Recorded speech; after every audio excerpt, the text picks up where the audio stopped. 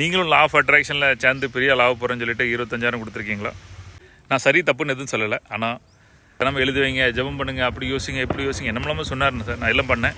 நிறைய வயசானவங்களை பார்க்கேன். புல்லட் ஓட்டுறவங்க எல்லாம் வயசானவங்கள தான் போகிறாங்க.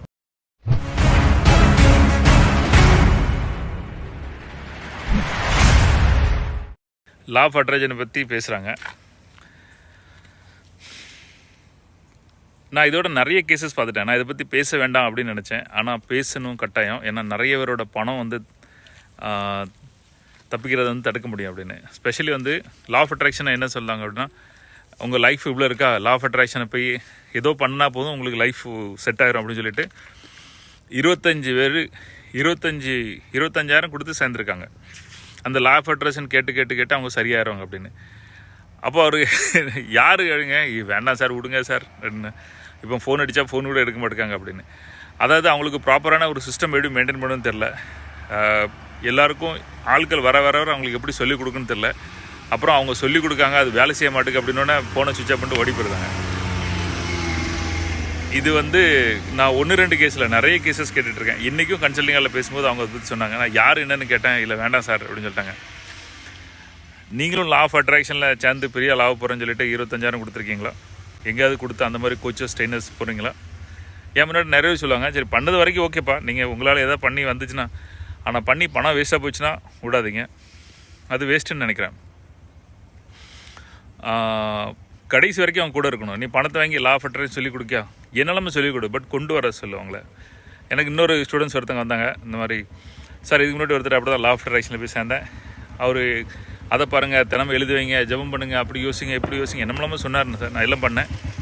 இந்த புல்லட் போகிறாங்களா, நிறைய வயசானவங்களை பார்க்கேன். புல்லட் ஓட்டுறவங்க எல்லாம் வயசானவங்கள தான் போகிறாங்க. ஏன்னா பணம் இருக்கும்போது வயசு இருக்காது. நல்ல வயசு எல்லாமே இருக்கும்போது பணம் இருக்காது. அந்த ரெண்டும் சேர்ந்து இருக்குன்னா எங்கே இருக்குன்னு பார்க்கணும். ஓகே, ட்ரெயின் எவ்வளோ ஸ்லோவாக. நான் சரி தப்புன்னு எதுவும் சொல்லலை. ஆனால் பார்த்துருங்க, உங்களுக்கு பிடிச்சிருந்தா பண்ணுங்கள். நான் இது ஒரு ஃபோனை சுவிட்ச் ஆஃப் பண்ணிட்டு எடுக்காமல் ஓடின ஆட்கள் அந்த மாதிரி பண்ணாதீங்க. அதே மாதிரி 2 நாள் செமினார் 12,000 15,000 உடனே வாழ்க்கையை மாறப்போதும். 2 நாள் செமினார் 3 நாள் செமினார் ஒன்றும் ஆகாது. அதுக்கப்புறம் திரும்ப நம்ம பழைய இடத்துக்கு வந்துடுவோம். யாராவது உங்களுக்கு கண்டினியூஸாக ரெகுலராக ட்ரைனிங் வந்து அதை ஃபார்மேட் பண்ணி அதை ரெகுலராக பண்ணி கூப்பிட்டு போனால் தான் நடக்கும். நீங்கள் எத்தனை லா ஆஃப் அட்ராக்ஷன்ஸை ஃபாலோ பண்ணுறீங்க, அதுக்கு எத்தனை ஆயிரரூவா கொடுத்துருக்கீங்க, அதுக்கப்புறம் அது எப்படிலாம் உங்கள் வாழ்க்கையில் மாறிச்சு கமெண்ட் பண்ணுறீங்களா? லா அட்ராக்ஷன் சரி தப்பு நான் சொல்லலை, உங்களுக்கு அது ஃபாலோ தான் பண்ணுங்கள். 10 பேர் பார்க்குறோம், அதில் 2 பேர் க்ளோஸ் ஆகிறாங்க, 8 பேர் ஆகலை அப்படின்னா லா ஆஃப் அட்ராக்ஷன் அப்படின்னு நினச்சிருந்தா 10 பேர் க்ளோஸ் ஆக மாட்டாங்க. அவங்க என்ன சொல்கிறாங்க, அதை எப்படி ஸ்டடி பண்ணணும், நம்ம ப்ராடக்ட் பிளான் என்ன, கான்வர்சேஷன் எப்படி பண்ணணும், கன்வின்சிங் எப்படி பண்ணணும், அவங்கள பற்றி எப்படி தெரியணும், என்ன ப்ராடக்ட்ஸ் வேணும், இப்படி தான் நான் பிலீவ் பண்ணுறேன். அந்த ஸ்கில்ஸோ திறமையை வளர்த்துக்கிட்டால் லா ஆஃப் அட்ராக்ஷன்ஸ் எல்லாமே நம்ம சேர்ந்து நடக்கும்.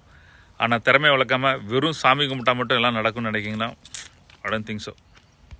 எனக்கு சுரேஷ் மாஸ்டர் அவங்க மூலிமா கிடைச்ச விஷயங்கள், வாழ்க்கை பற்றின தெளிவு, வாழ்க்கை வந்து எப்படி இருக்கும், எந்த மாதிரி இருக்கும் அப்படின்ற ஒரு தெளிவு கிடைச்சிருக்கு. சமுதாய கட்டுப்பாடு அப்படின்ற ஒரு விஷயத்தினால லேடிஸ் வீட்டில் விட மாட்டாங்க, வெளியே வர மாட்டாங்க, ஜென்ஸ் நம்பி போகிறது, இந்த மாதிரி நிறைய இஷ்யூ இருக்கும், நிறைய பிரச்சனையும் இருக்கும். அது வந்து என்னால் ஃபீல் பண்ண முடியுது, பட் என்னால் எக்ஸ்பிளனேஷன் கொடுக்க முடியாது. ஆனால் ஒரு டீமில் சேர்ந்ததுக்கப்புறம் ஒரு கரெக்டான ஒரு நேர்மை நம்பிக்கையும் ஒரு கொடுப்பாருன்ற ஒரு நம்பிக்கை அவங்கள மேலே கொண்டு வருவார்.